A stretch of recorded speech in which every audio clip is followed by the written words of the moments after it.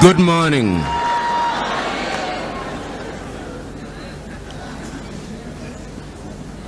Good morning. Let me say how happy I am to be with you this morning. I've already been told that the congregation here present represents a number of countries from within the continent of Africa and from outside of Africa, and that it is, in a manner of speaking, the United Nations in microcosm.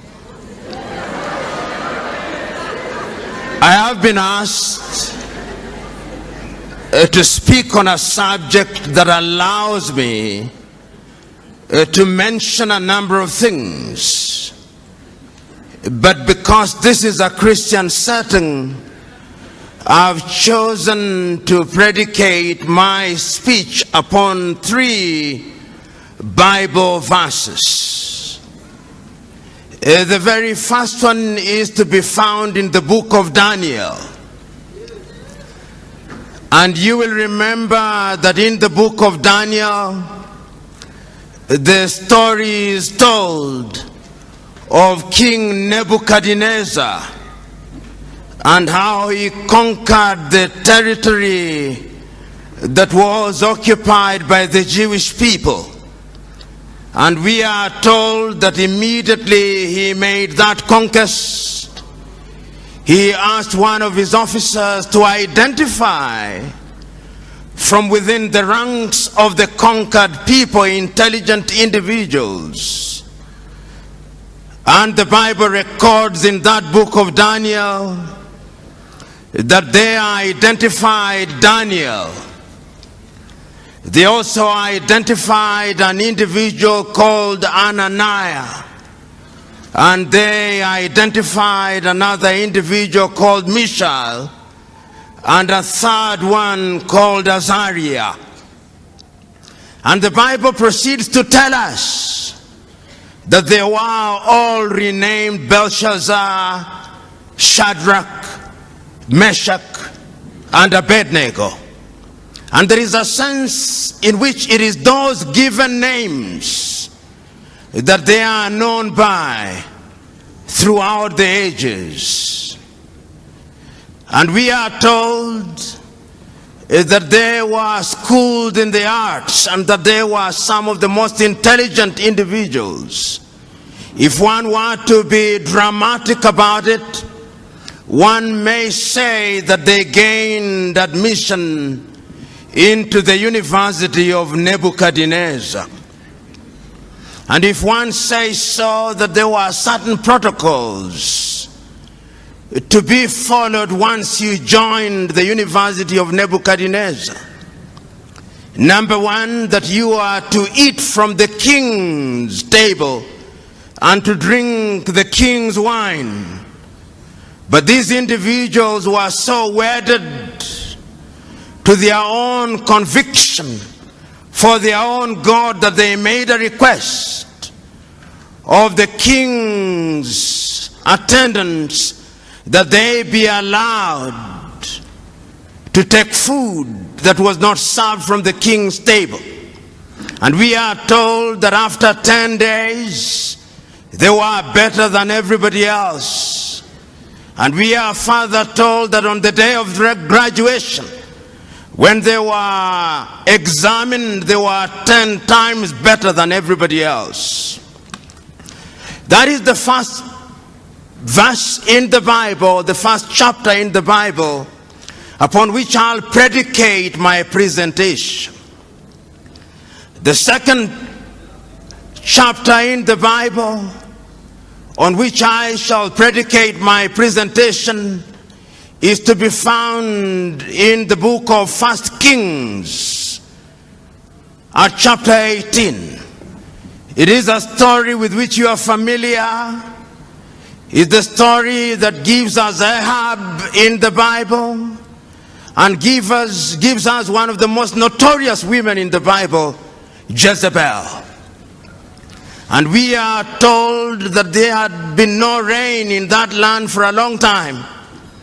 And the story we are told of a man called Obadiah, who was sent by Ahab to go and look out for the prophet Elijah. And we were told how this Obadiah was scared. And we are also told how God instructed this Elijah to go to the palace of Ahab.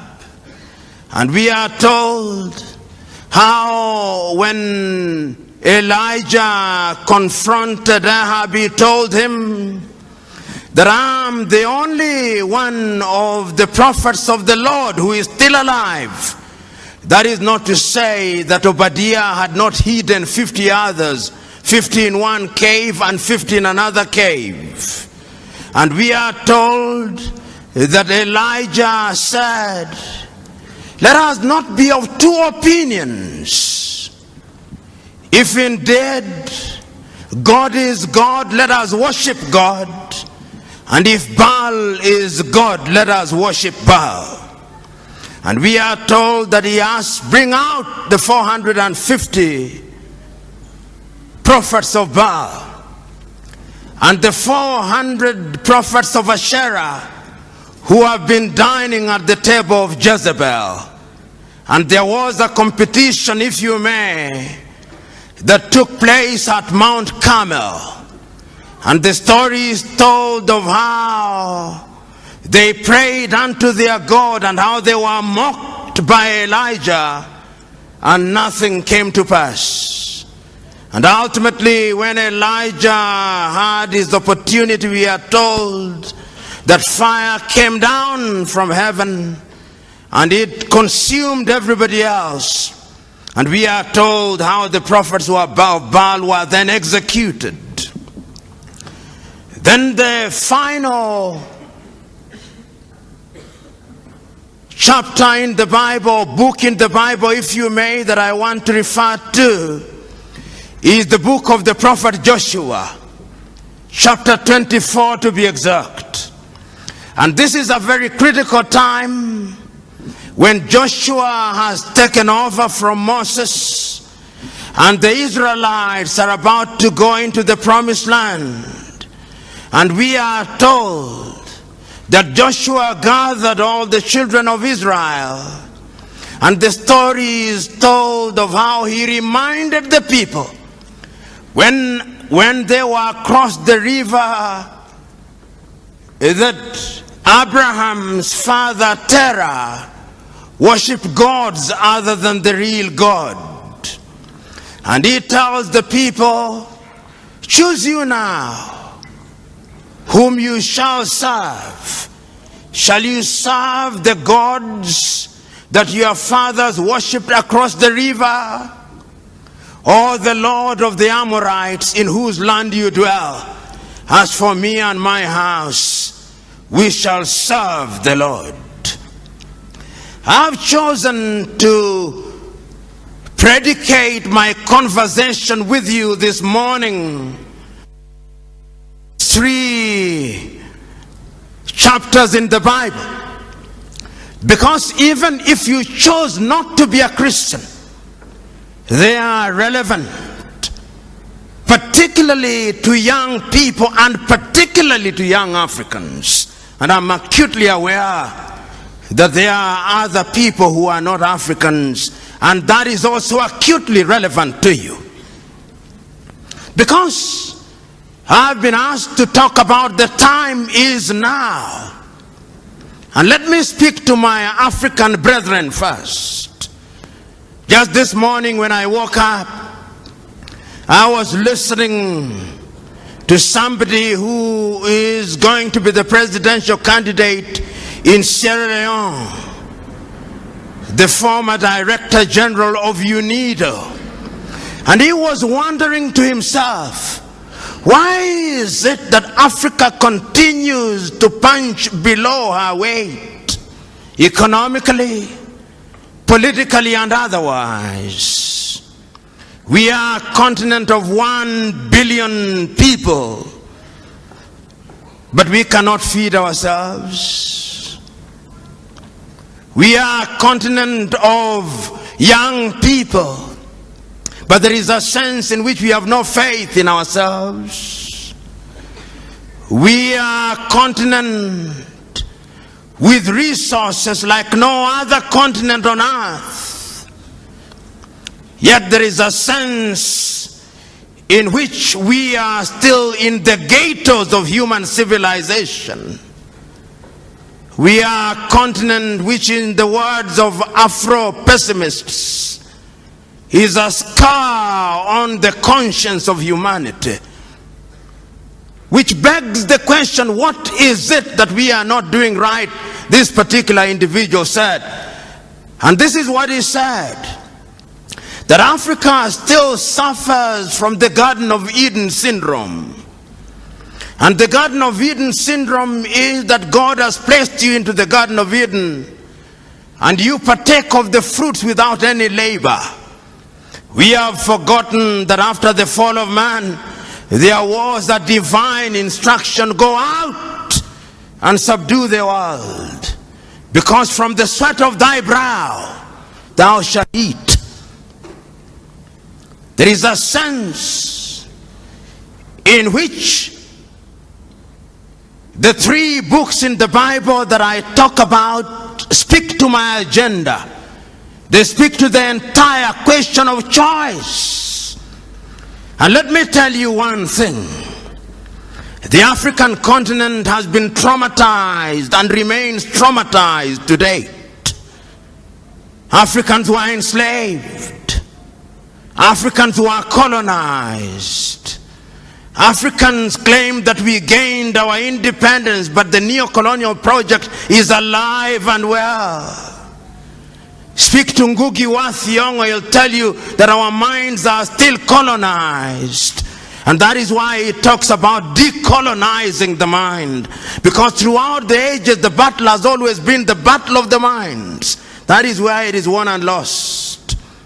And one of the things that I've discovered over the ages is that those who want to control you, the first thing that they do is to change your name. Even God changes his name when he wants to deal with you. When you are Abraham, he makes you Abraham. When you are Sarai, he makes you Sarah. And the very first thing that the colonialists did was to change our names, to convince us that a Christian name could only be Andrew and Mary and Jane and all these other names, that Kamau cannot be a Christian name, that Njoroge cannot be a Christian name, and we believed it. And I'm submitting to us that there is a sense in which our minds are not free. I'm submitting to us that even your generation is not free. I'm submitting to us that in that book of Daniel, even though their names were changed to Shadrach, Meshach, and Abednego, and Belshazzar, there is something that they did not allow to change in them. They refused to eat meat or anything that was sacrificed to the idols. And you remember that day when Nebuchadnezzar put forth an image which was 6 cubits high and 6 cubits wide. And they reported to Nebuchadnezzar that this young man had refused to worship this idol. The young man said, we shall not worship it because the Lord that we serve is going to save it. But even if he does not, we shall not bow down. And the story is then told that when they were thrown into the fire, those who threw them into the fire were consumed by the fire. But within a few minutes, Nebuchadnezzar himself said, but we threw in 3 of them, but there appears to be a 4th man who is like the son of the gods. I'm submitting to us that at all critical times in history, we have to make painful choices. I'm speaking to you Africans who are Christian, who are present here. What choices have you made? Have you made choices to run away to the United States to get the green card? Is that your choice?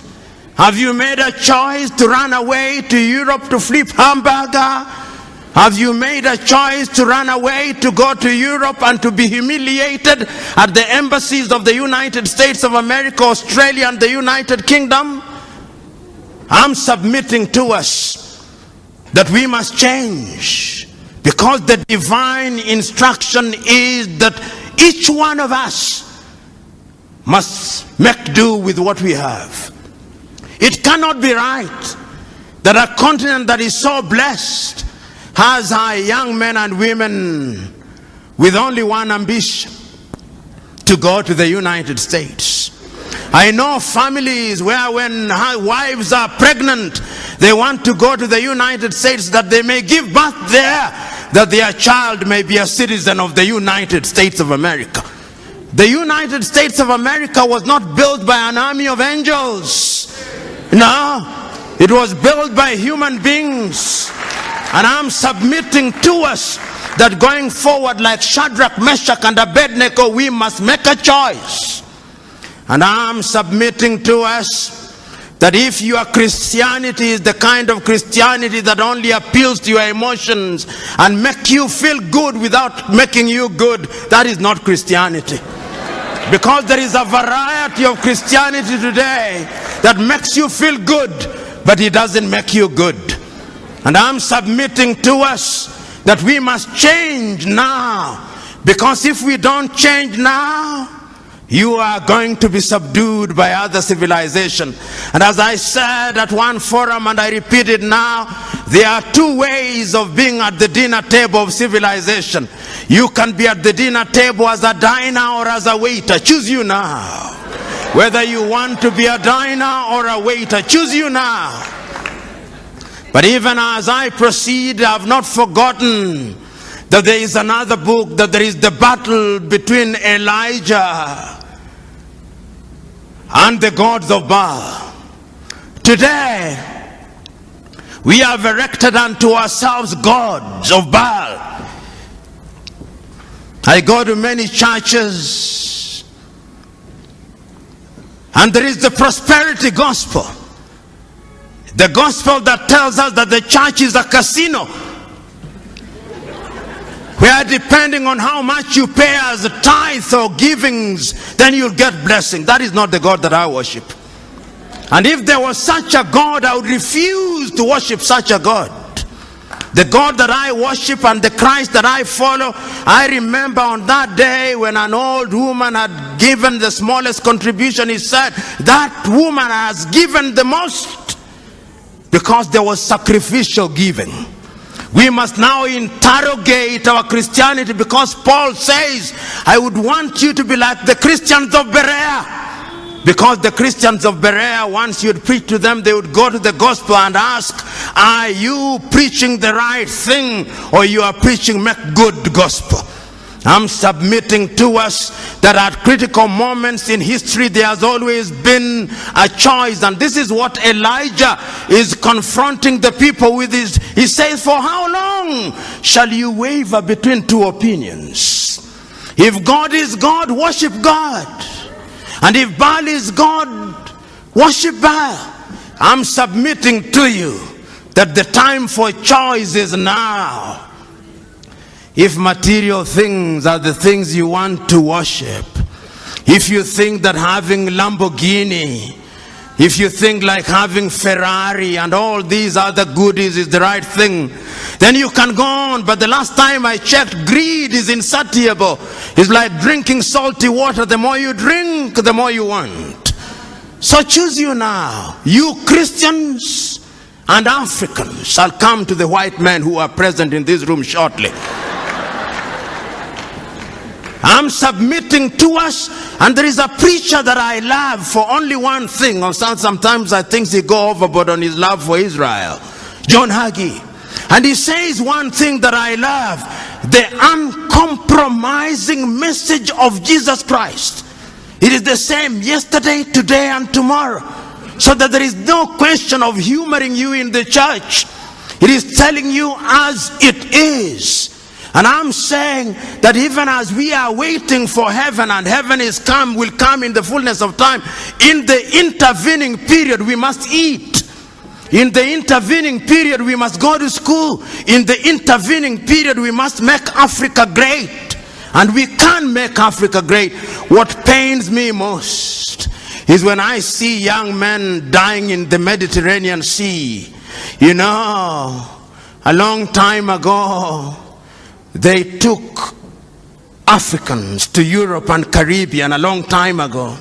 And they were wailing and kicking.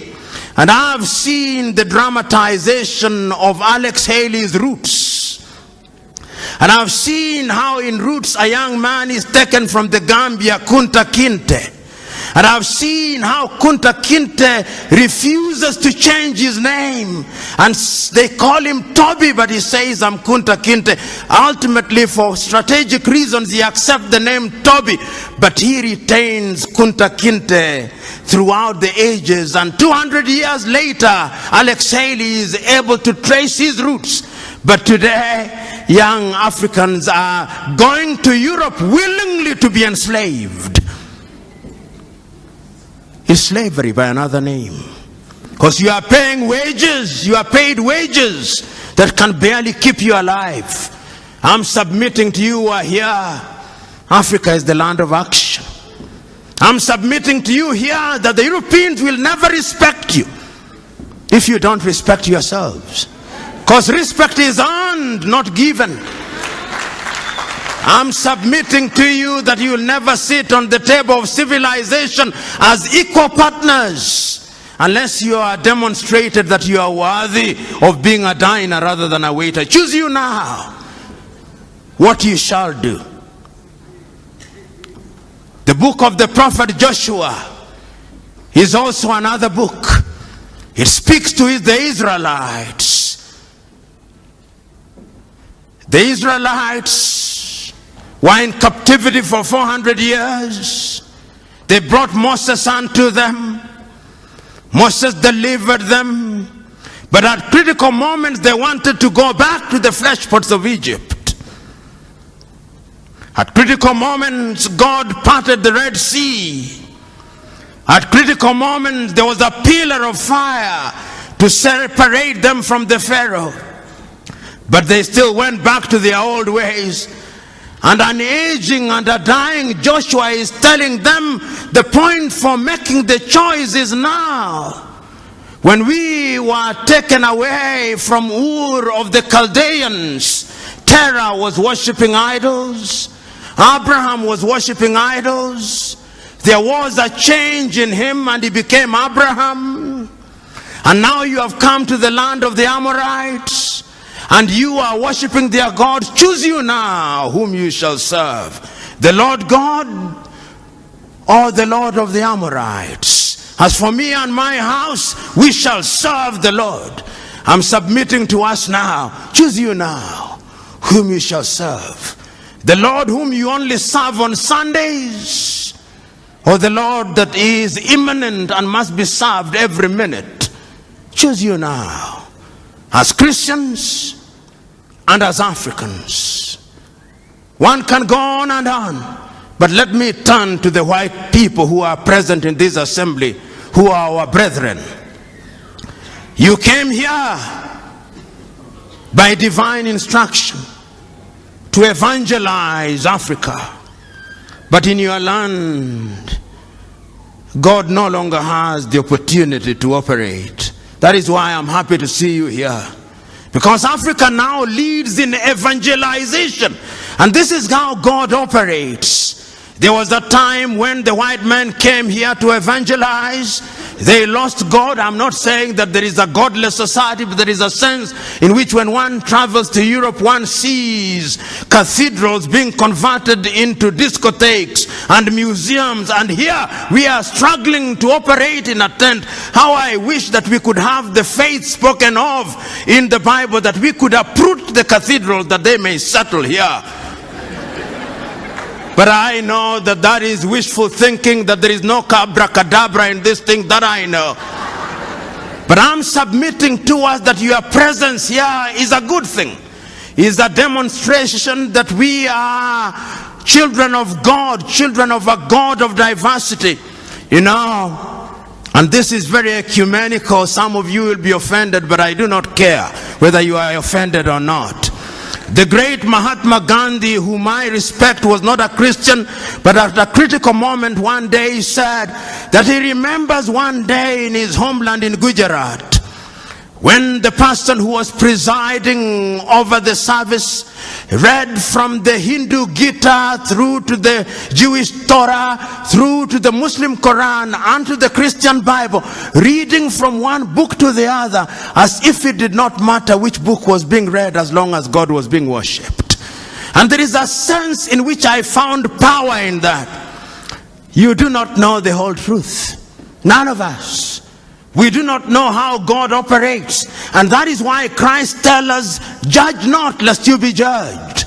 There is a puritanical streak that sometimes we Christians, particularly those who are born again, have. We are quick to judge contrary to the divine instruction. Let us be slow to judge. Who knows how God operates? Who knows how he does his things? Because all of you, including myself, we are so sinful that if it was by works alone, none of you are heaven bound. None of you. You may think that you are good, you may think that you are doing all good things, but he says none of you is heaven bound except by the grace of God. And if we appreciate that, then we would be very humble. But even as I talk about these things and change now, I'm not unaware that I was asked to speak for 25 minutes. And being aware that I was asked to speak for 25 minutes lets me now move with jet-lag speed in the direction of my conclusion. What is it that I've been saying? I'm saying that we who have the advantage of knowing God, we are in a unique position because we may sin, and throughout the Bible there are many sinners. I used to wonder why God said that David was a man after his heart. This man David, who took Uriah's wife, this man David, who took Abigail, this man David, who sent Uriah to be killed, this man David, of whom the Israelites sang that Saul kills by the thousands, and David by the tens of thousands. I said, how could he possibly be a man after God's heart? But then I made a discovery that the man is so human, so prone to making mistakes and to sinning, but so devoted that when he sins, he goes to God with a contrite heart. And then I discovered that all of us must strive to do that which is good and right.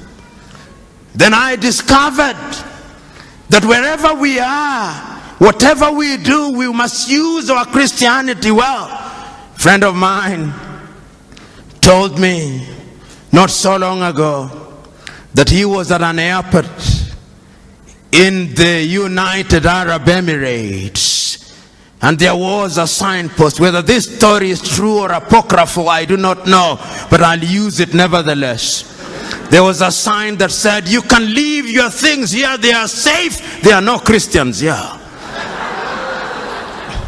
And the moral of the story is one that is not far to seek. We claim to be 80% Christians, and yet we are one of the most corrupt nations on earth. Where is our Christianity? We claim in Africa to be immune from all these other things. I know there are Ethiopians here, and I'm not unaware that your economy is doing well, but yet the Oromo has a problem with the Tigrinya, and the Tigrinya with the Amhara. So that when the chips are down, the blood of ethnicity is thicker than the blood of Christ. I know that there are Ugandans here, and I know that there are moments when being a Muganda is more important than being an Acholi or a Teso. The blood of ethnicity is thicker than the blood of Christ. And the people whom I love, the Rwandese, are here. How can we forget 20 years ago a people who speak one tongue, a people who live together. Husband slaughters wives on the ground only that they labored them Tutsi. In the churches of God, priests killed. The blood of ethnicity is thicker than the blood of Christ. And one can go on and on. The only country in Africa that appeared to have been vaccinated against ethnicity is Tanzania, the home of that great man Julius Kambarage Nyerere. They appear to have been vaccinated. But come to my Kenya. Oh, my Kenya. Oh, Kenya. Even now as we approach the elections and you are going to make the decision, I can assure you that there will be no change.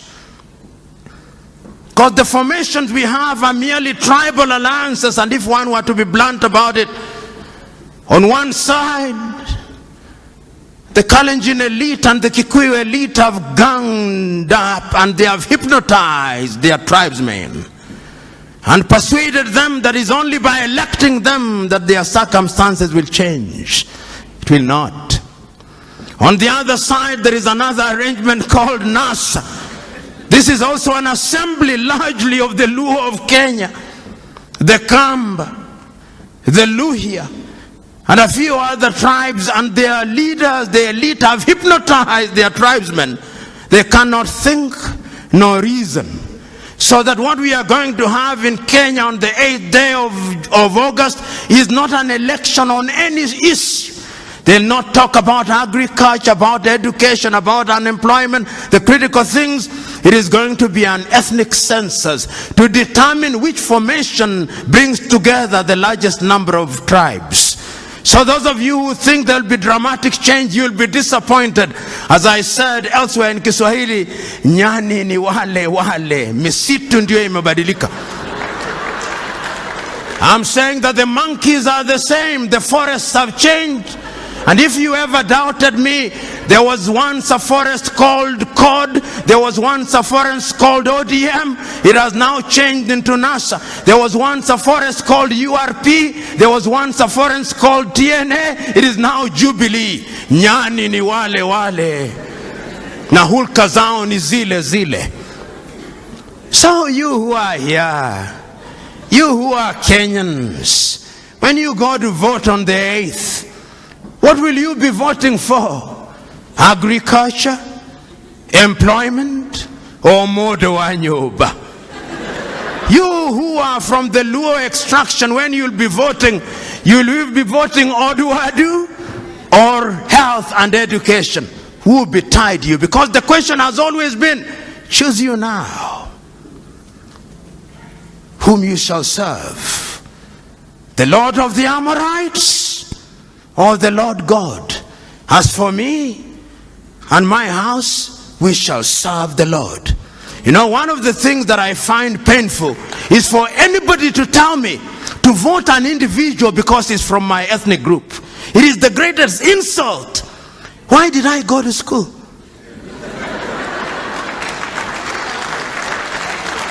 You tell me what you are going to do about education. I'm about to conclude, timekeeper. The British had an election, have an election today. If you came to Kenya and listened to what, you would think that there is an animal called election, which has never been seen by any human being since creation. And that God has instructed that Kenya be the experimental ground. You listen to what is happening, yet elections are known. Is a competition of ideas. Within a few hours, tomorrow, the day after, we'll know who is the Prime Minister of the United Kingdom, and they'll be counting 50 million votes. In Kenya, we'll be counting no more than 10 million votes, and Africans can't count.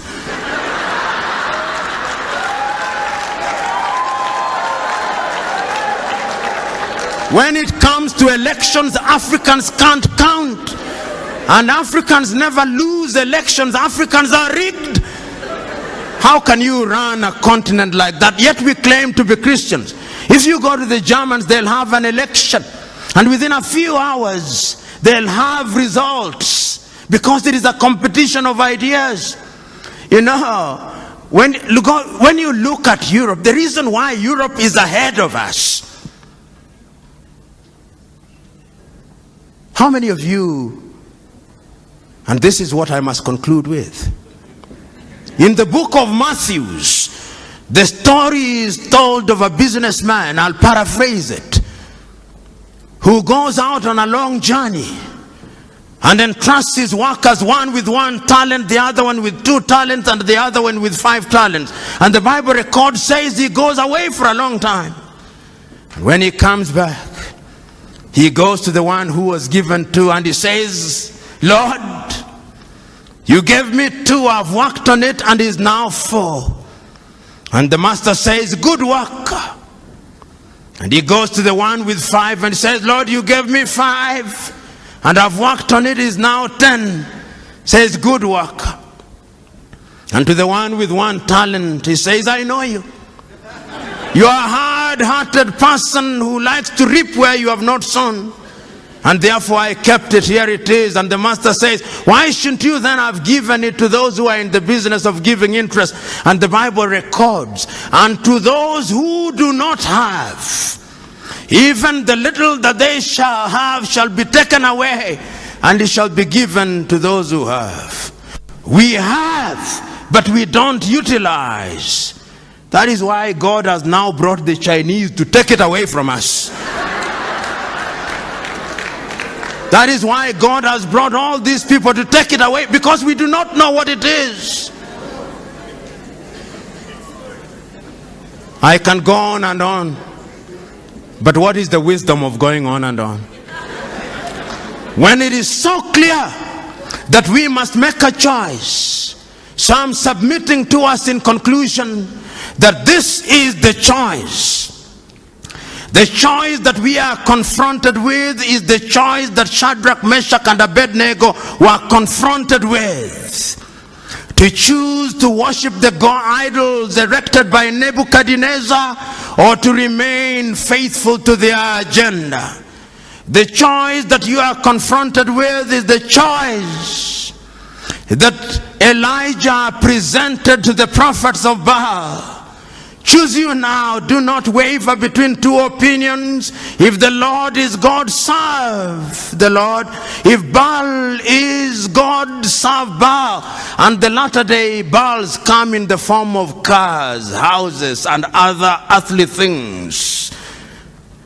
The other choice is the same one that Joshua gave to the Israelites.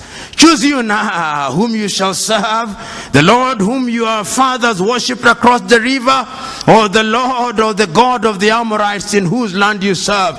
As for me and my house, we shall serve the Lord. I'm submitting to us that you young Africans must change Africa.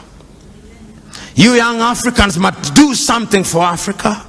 And you are not going to do it by tweeting, no. You are not going to do it through Instagram, no. You are not going to do it through Facebook, no. You are not going to do it through social media, no. The last time I checked is that you must roll up your sleeves. You must roll up your sleeves and go into the arena of action. Suffer, sweat, plant the tree in the knowledge that those who plant the tree may never enjoy its shadow, but the joy is that the planter of the tree has planted the tree. Another generation will water the tree, another generation will prune the tree, another generation will enjoy her shade. God bless you.